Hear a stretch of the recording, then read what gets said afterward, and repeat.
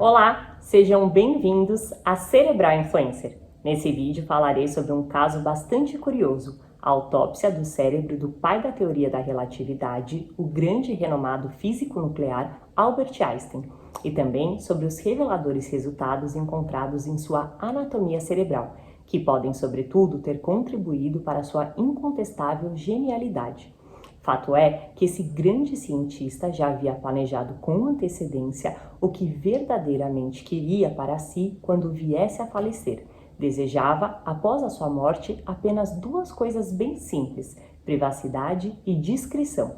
Além, é claro, de ter pedido também para ser cremado e que suas cinzas fossem jogadas em um rio. Contudo, de forma oposta aos seus planos, entretanto, eram muitos os interessados em estudar e conhecer melhor o segredo por trás deste grande cérebro. Assim sendo, aquilo que Einstein temia em vida de fato ocorreu. Seu cérebro tornou-se realmente uma espécie de tesouro muito cobiçado. No entanto, para a surpresa de seus familiares, todavia, enquanto esperavam pela repercussão da notícia do falecimento na mídia, receberam uma informação totalmente inesperada, através de uma matéria publicada pelo jornal New York Times. O cérebro daquele ilustre cientista havia sido removido, mesmo que sem consentimento, para ser estudado. Realmente, apenas alguns dias após a sua morte, aos 76 anos de idade, com a ruptura de um aneurisma da aorta abdominal, foi realizada no ano de 1955 a cerimônia de cremação. Contudo, o médico patologista Thomas Harvey, responsável na ocasião pela autópsia do corpo, era assumidamente também um grande admirador do trabalho de Einstein. Então, optou por algo inimaginável: roubar o cérebro do gênio. De fato, com uma personalidade um tanto quanto conturbada, Harvey pendia entre o desequilíbrio e a introspecção e a obsessão pela ciência. Além, é claro, de ser um grande oportunista, querendo aproveitar a ocasião para colocar em prática um plano extremamente audacioso, que visava, sobretudo, obter a tão sonhada fama internacional.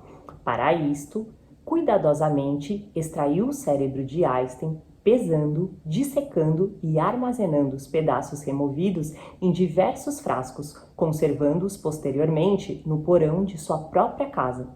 Embora não fosse neurologista, mesmo assim desejava reunir os maiores especialistas do mundo para analisar com profundidade cada detalhe daquele notável cérebro. Seu objetivo inicial era publicar os resultados do trabalho rapidamente nas mais renomadas revistas científicas do mundo. Todavia, as suas insanas aspirações foram brevemente interrompidas e frustradas. Além de perder o seu emprego, Harvey ainda foi duramente criticado por toda a comunidade científica.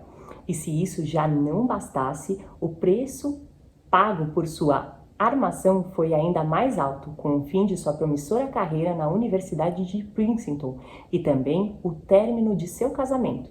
Apesar disso, por mais estranho que pareça, à primeira vista, o seu único apoiador para levar a cabo o seu objetivo foi nada mais nada menos que o próprio filho de Einstein, Hans Albert, que apesar de inicialmente ter ficado abalado e indignado com o acontecido, posteriormente refletiu melhor e chegou à conclusão de que seu pai sempre defendeu o avanço científico. E assim sendo, caso a análise daquele cérebro pudesse ser tão importante, a família dava o aval para que Thomas Harvey levasse adiante o seu trabalho. Desde então, os resultados da análise vêm sendo divulgados ano após ano, desde 1975 até os dias atuais, e, sobretudo, os 240 blocos contendo 12 conjuntos com cerca de 200 slides, criados com a divisão do cérebro de Albert Einstein, começaram realmente a valer o esforço. Entretanto, o primeiro ponto que chamou a atenção ao longo do estudo do cérebro foi o seu tamanho pequeno, bem menor do que o convencional. Além disso, Albert Einstein possuía um número menor de células da glia, apesar de que estas eram maiores. As células gliais atuam como um tipo de suporte para os neurônios e participam diretamente no processamento da informação no cérebro. com relação ao córtex pré-frontal, uma parte do nosso cérebro responsável pela nossa cognição espacial e pelo nosso pensamento matemático, foi constatado que esta região no cérebro de Einstein também era muito mais desenvolvida.